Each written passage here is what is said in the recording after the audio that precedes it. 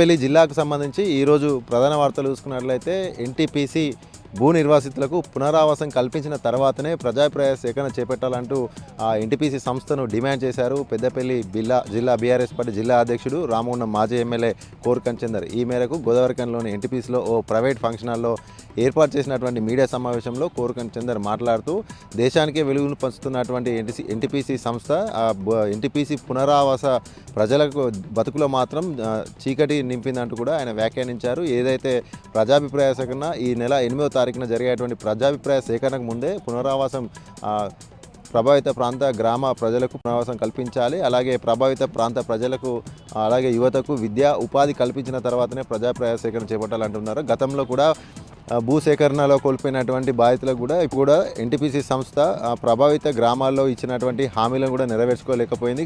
ప్రభావిత గ్రామాల్లో కనీస మౌలిక వస్తువులు విద్యుత్తు అలాగే త్రాగునీరు మురికి కాలువల నిర్వహణ వీధి లైట్లు అలాంటి చిన్న చిన్న మౌలిక సదుపాయాలు కూడా కల్పించడంలో కూడా నిర్లక్ష్యం వివరించింది ఎన్టీపీసీ సంస్థ అంటూ ఆయన ఆరోపించారు. ఏదైతే ప్రభావిత గ్రామ ప్రజలకు ఇచ్చినటువంటి హామీలన్నీ నెరవేర్చిన తర్వాతనే ప్రజాభిప్రాయ సేకరణకు వెళ్ళాలి, లేదంటే ప్రజాభిప్రాయ సేకరణను బహిష్కరిస్తామంటూ కూడా రామగుండం మాజీ ఎమ్మెల్యే కోరుకంటి చందర్ ఎన్టీపీసీ సంస్థను డిమాండ్ చేశారు.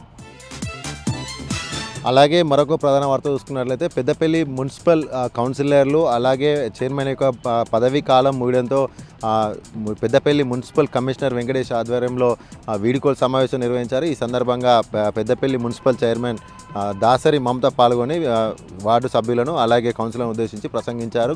ఈ సందర్భంగా దాసరి మమత మాట్లాడుతూ బీఆర్ఎస్ కాలంలో అనేక నిధులు వెచ్చించి పెద్దపల్లి పట్టణాన్ని సర్వాంగ సుందరంగా నిర్మించామంటూ ఆమె వివరించారు. అంతేకాకుండా బీఆర్ఎస్ పాలనలో అధిక నిధులు కేటాయించి పెద్దపల్లిని అత్యంత అభివృద్ధి చేశామంటూ కూడా వివరించారు. అంతేకాకుండా కాంగ్రెస్ ప్రభుత్వం ఏర్పడి ఏడాది కాలం పూర్తయినా కూడా ఇప్పటికీ ఒక్క పైసా కూడా నిధులు విడుదల చేయకపోవడం బాధాకరం అంటూ అని కూడా ఆమె వ్యాఖ్యానించారు. ఏదైతే బీఆర్ఎస్ కాలంలో పెళ్లి పట్టణ అభివృద్ధి కోసం సహకరించినటువంటి మున్సిపల్ కౌన్సిలర్లకు ప్రతి ఒక్కరికి కూడా ఆమె ధన్యవాదాలు తెలిపారు.